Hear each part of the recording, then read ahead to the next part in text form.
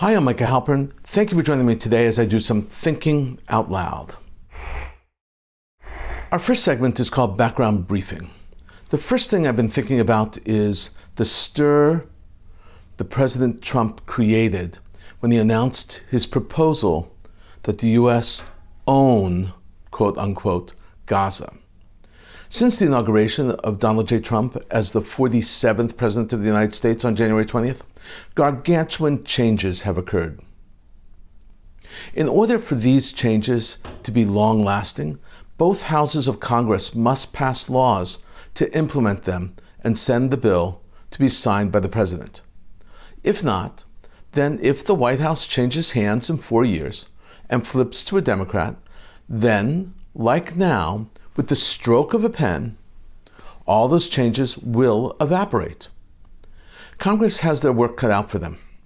These bills must be passed before the midterm elections. Congress can also swing back to the Democrats in the next 2 years. My eyes, though, are on the Middle East, especially Israel. Seismic movements are taking place. They began almost immediately after the November presidential election, almost 3 complete months before Trump's move into the White House in Pennsylvania Avenue. The no longer stalled negotiations for the return of hostages brutally kidnapped by Hamas on October 7, 2023, have resulted in the saving of a handful and return of women and men to their families that survived the brutal massacre. Hopefully, more hostages will be reuniting with their loved ones.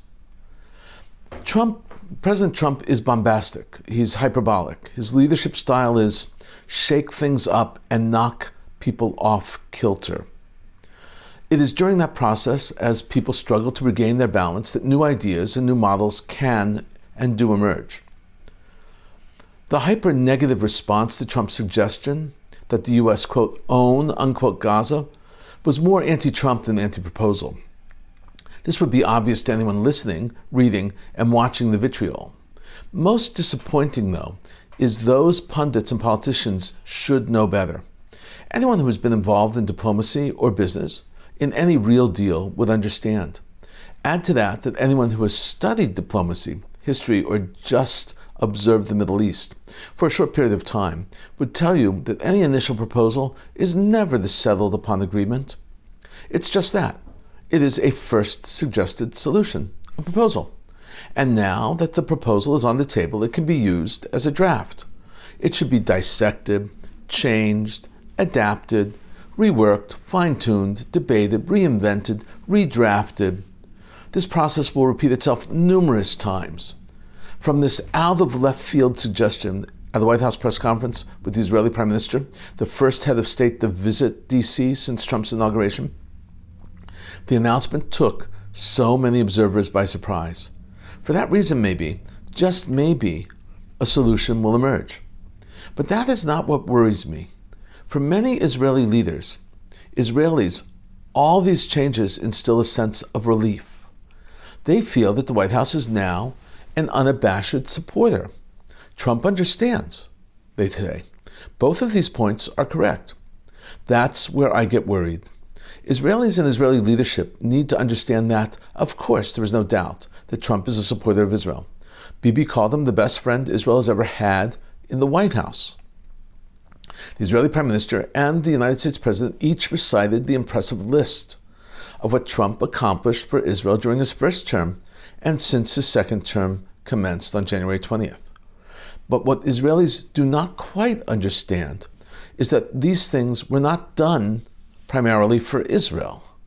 Trump is doing these things because it's best for the United States. Trump believes that this latest proposal is the best way to alleviate the suffering of the Palestinians.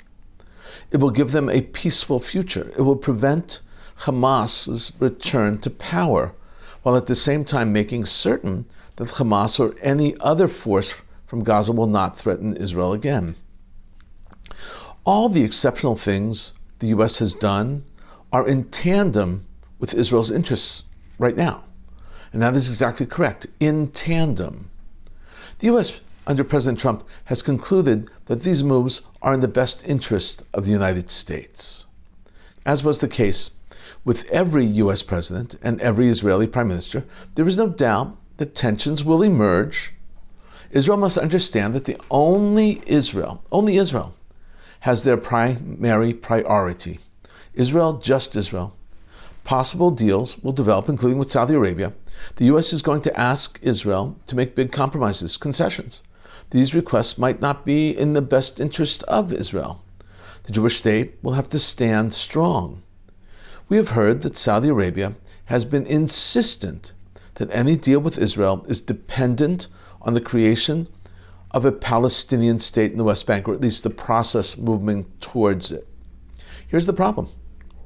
Since October 7th, it has become absolutely clear that that is not feasible. It's not an option, both from the security point of view and the political leadership point of view. In survey after survey taken after October 7th, a shockingly overwhelming majority of Palestinians living in the West Bank supported Hamas and their massacre on October 7th and support the murder of Israelis. Not 41% or 51% or in the 80s and 90%. Israel must always do what's best for Israel. And pro-Hamas West Bank is certainly a recipe for disaster. More on this topic throughout the show. And at the end, actually, we're going to be seeing a humorous take on this very topic. Coming up next, Points of View. First up is a column from Ynet. It was written by former Israeli ambassador to the United States, Michael Oren, and it was published on February 5th, 2025. It's entitled, Donald Trump is Changing the Rules of the Middle East Game. Subtitled, Opinion. Trump asserts that Gaza will remain a war zone unless it is demilitarized and rebuilt. He sees Hamas's control and refugee conditions as key obstacles and insists Iran must be punished, not persuaded, to stop backing terrorists. This is how Oren begins. America is in shock. President Donald Trump, known for his deal-making, opposition to endless wars, and efforts to broker Middle East peace, has unveiled a proposal unlike any before, evacuating all Palestinians from Gaza to rebuild the Strip into a Riviera-style resort under American administration. The bold idea appears to have intrigued Prime Minister Benjamin Netanyahu, but it has left many in the U.S., especially in the media, stunned, if not outright bewildered. At first glance, Trump's remarks may seem like yet another radical policy shift akin to imposing steep tariffs on Canada and Mexico, or firing thousands of federal employees that has come to define his presidency. But a closer look suggests a fundamental shift in U.S. policy towards the Israeli-Palestinian conflict. Now Oren attempts to compare the previous Biden administration with Trump. It is hard not to be surprised by the huge differences. Oren writes, the previous administration sought a ceasefire in Gaza, the release of hostages, and the transfer of control of the Palestinian Authority. However, it lacked any serious plan for demilitarizing Gaza or ensuring the Palestinian Authority wouldn't collapse within days, just as it did in 2007. Little thought was given to how Gaza would be rebuilt, while still housing millions of refugees and containing thousands of unexploded bombs. President Joe Biden, like Barack Obama before him, viewed the absence of a Palestinian state as the root of the conflict and preferred to appease Iran rather than confront it. Now, with a single dramatic move, Trump is rewriting the playbook. He recognizes that Gaza will remain a breeding ground for violence and war unless it's demilitarized and rebuilt. He understands that neither goal is achievable as long as Hamas remains in control and Palestinian refugees lack even the most basic services. He also acknowledges that Iran cannot be incentivized into cooperation. It must be punished and prevented from continuing to fund terrorist groups. At this point, Oren explains what Trump is really offering and why it is so significant. Trump is actually offering a real solution, not simply an idea. Oren writes, perhaps most significantly, Trump is challenging what he sees as a long-standing Palestinian dependency on victimhood, one that the U.S. leaders have allowed to persist for decades. Palestinians can stand amid Gaza ruins and declare victory to the Muslim world while portraying their suffering to the West. But Trump isn't buying either narrative. Instead, he's offering them a chance to break free from this cycle and secure a better future for their children and grandchildren. Now Michael Halpern concludes, and he's writing that the Palestinians and the Arab world will probably reject this idea. To his chagrin, I might add. Halpern writes, tragically, the Palestinians and much of the Arab world will likely reject Trump's proposal outright. Washington's foreign policy experts will label it madness. And even some within Trump's own party will question its feasibility. The odds of carrying out such an ambitious project, relocating Gaza's population and deploying U.S. forces to take control, remain slim, but may not be the point. Even if Trump's vision never materializes, he fundamentally, irreversibly changed the conversation by upending long-held assumptions and introducing radical new ideas.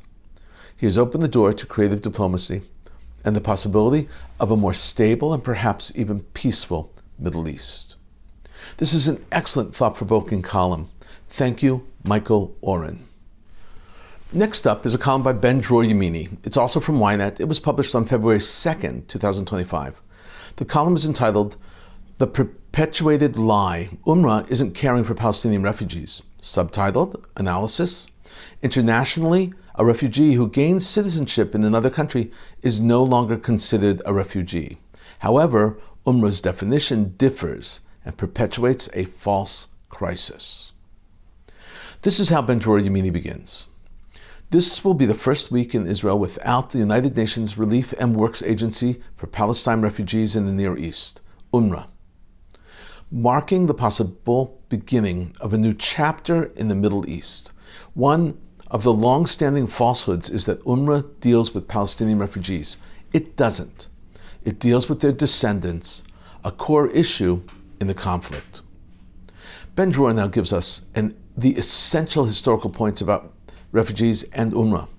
To not know these important points is to not understand the entire issue. Ben-Dror Yemini writes, in December 1948, at the height of Israel's War of Independence, the United Nations General Assembly adopted Resolution 194, which included Article 11, saying refugees wishing to return to their homes and live in peace with their neighbors should be permitted to do so at the earliest practicable date. All Arab states voted against it, as it implicitly recognized Israel's existence. Today, ironically, Palestinians champion the resolution. This isn't about concern for refugees. As early as February 1949, Egypt's Foreign Minister Mohammed Salah al-Din stated, and I'm quoting, "The demand for the return of refugees is a demand to destroy Israel. That has never changed. The so-called right of return has always been a call for Israel's destruction." In December 1949, the UN established UNRWA, not because a separate agency was needed. The UN already had the International Refugee Organization, the IRO, which later became the UN High Commissioner for Refugees, the UNHCR.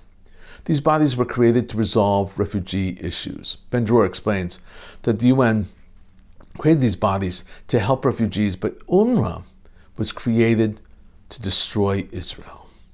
He writes that UNRWA's objective was clear, and he continues, "The goal was never to solve the refugee issue, but to maintain it as a tool in the struggle against Israel."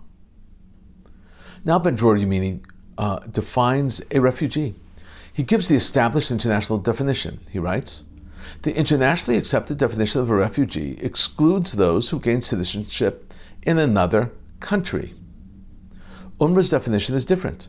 Millions of Palestinian descendants have been naturalized, mainly in Jordan, where 2.3 million Palestinians hold citizenship. Yet UNRWA still classifies them as refugees." Ben-Dror now shows that UNRWA changed the definition to benefit their objective. He writes, the deception continues. According to UNRWA, Lebanon hosts 493,207 refugees. That's false. A 2010 study in the American University of Beirut found that the actual number was 270,000, and it has declined since. Ben-Dror Yemini points out what is obvious to all Israelis, but not to the world, that UNRWA workers and facilities were used to hide the kidnapped hostages, and employees took part in the October 7th massacre. He writes, we now know that UNRWA employees participated in the October 7th massacre, that Hamas operatives were on its payroll, and that its facilities were used to store weapons and fire rockets at Israel. According to freed hostage Emily Damari, she was held captive in an UNRWA building. Yet for decades, Israel officially cooperated with UNRWA to maintain an illusion of quiet and shift responsibility from refugee descendants onto others. A historic mistake, much like funding Hamas. In conclusion, Ben-Dror Yemini stuns us with the figure of how much money UNRWA actually has received over the years. Since its inception, UNRWA has received an estimated $30 billion in funding, more than enough to build housing, industrial zones, provide employment. Closing UNRWA won't solve the Palestinian issue, but it is a critical first step. As always, this is an excellent column by Ben-Dror Yemini. Thank you so very much. Coming up, commentary through cartoons, where pictures tell the story. I want to show you 7 cartoons today. These first 2 are by the same artist. In the first, Trump is on a psychiatrist's couch. He says, U.S. takes Greenland, Canada, Panama Canal, Gaza, and the psychiatrist says, I call it narcissistic land grab disorder. That's hilarious. This next cartoon makes fun, it pokes fun as to whether a ceasefire can hold between Israel and Hamas. The newsreader on TV reads, today Israel and Hamas agreed to see if they could agree on whether a hostage swap could be agreed upon. It's difficult, there's no question about that. This third cartoon is Trump golfing in Gaza. He's driving his golf cart among piles of corpses of dead people all around. And he says, they just let anyone play here. It's not an exclusive golf club, in other words. This fourth cartoon is one of many with the same theme. It's a genre cartoon now. Trump is turning Gaza into Mar-a-Lago type resort. The sign reads, future site of Gaza Lago, a 2-state solution where Palestine is neither one. This next cartoon follows the same theme, but the big billboard behind reads, coming soon, Maragaza luxury resort. The family is holding an eviction notice. This second to last cartoon depicts Bibi and Trump with a shovel and a tombstone of the Palestinian state. The burial plot is marked, and Trump says, let's make Gaza a shovel-ready site. In other words, a site immediately ready in order to start working and building on. Finally, this last cartoon again pokes fun at Trump and the resort he envisions in Gaza. The sign reads, coming soon, Trump Casino. From the high-rise building next door, someone shouts, Palestinian must make way. Leave. Wow. In a moment, more of my own perspective and a few predictions.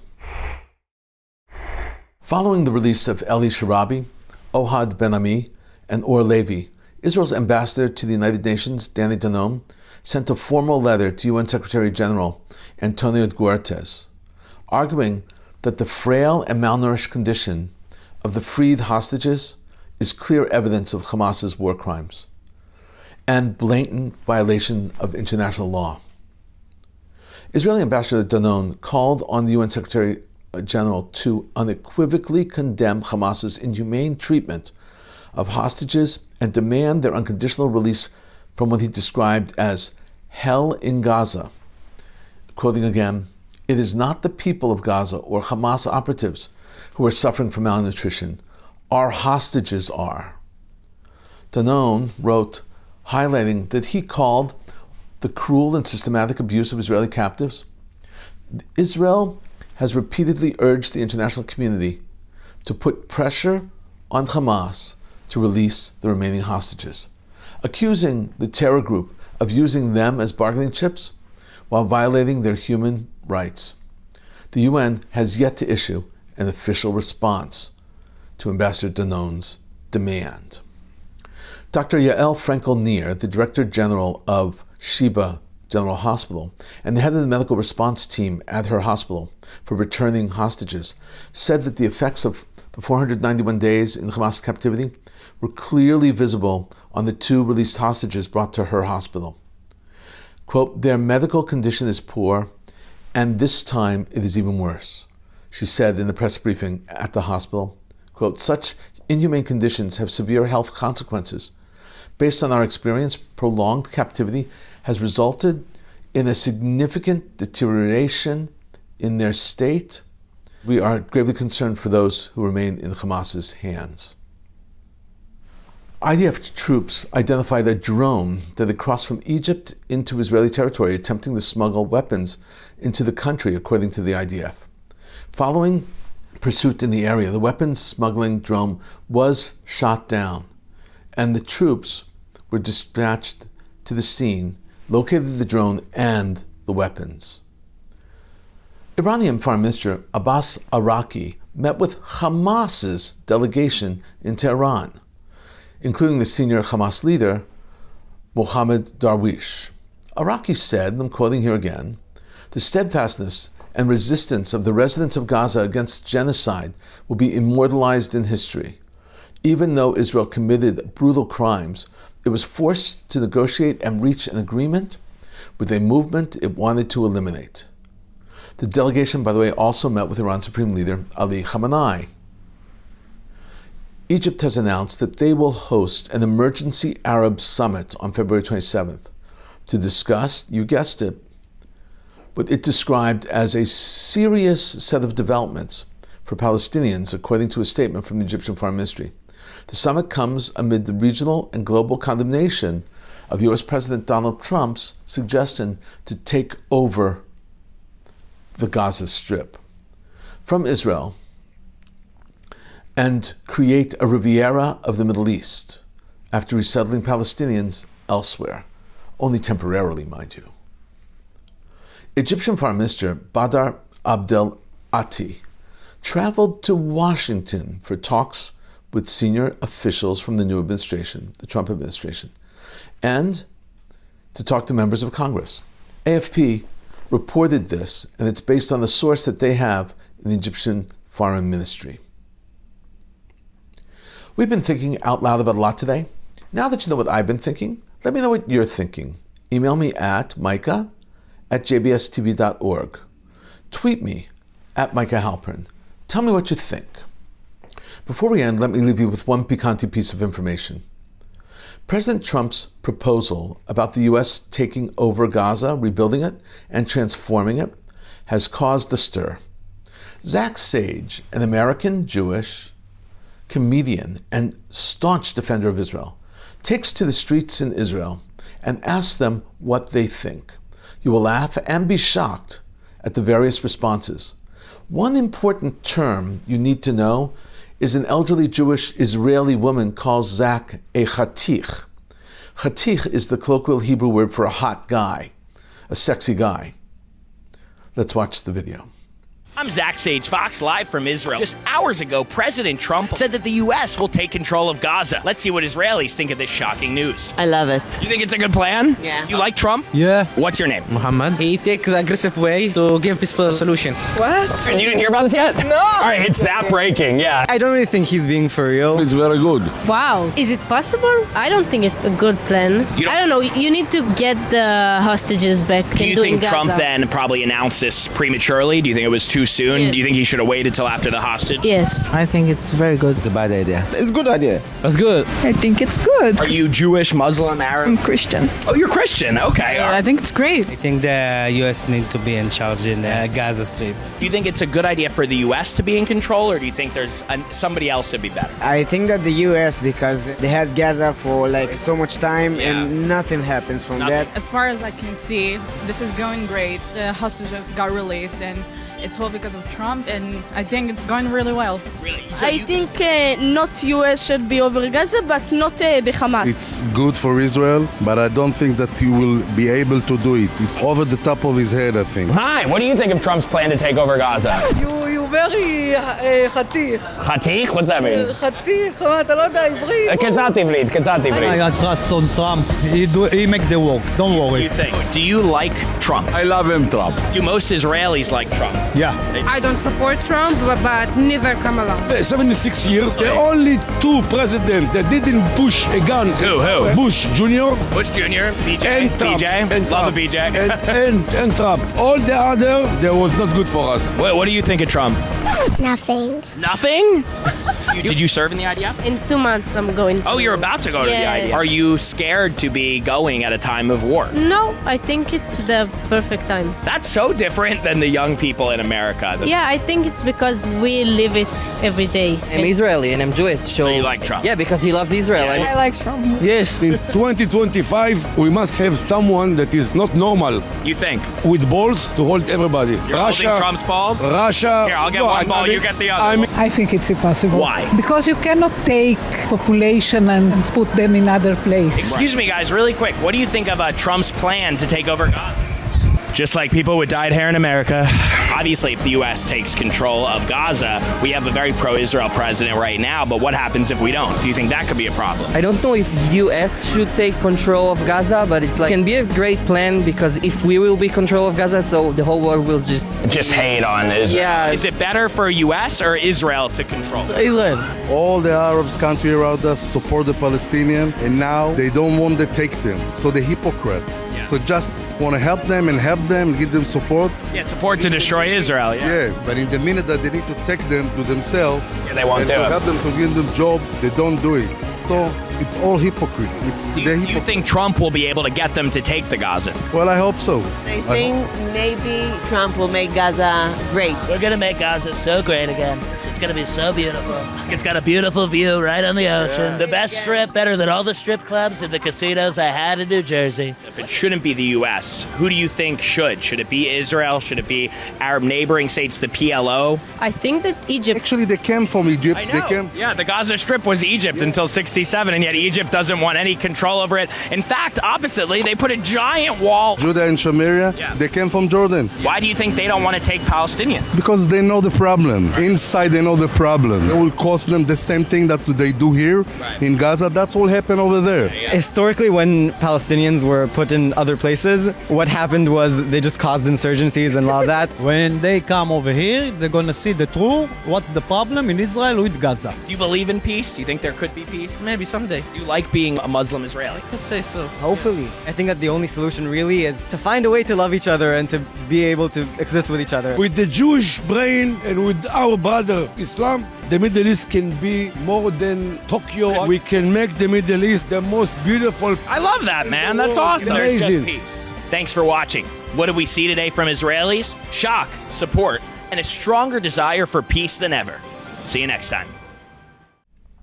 Well done, Zach. Extremely revealing and funny. Thank you for thinking out loud with me, Micah Halpern. Let's think out loud again next week on JBS.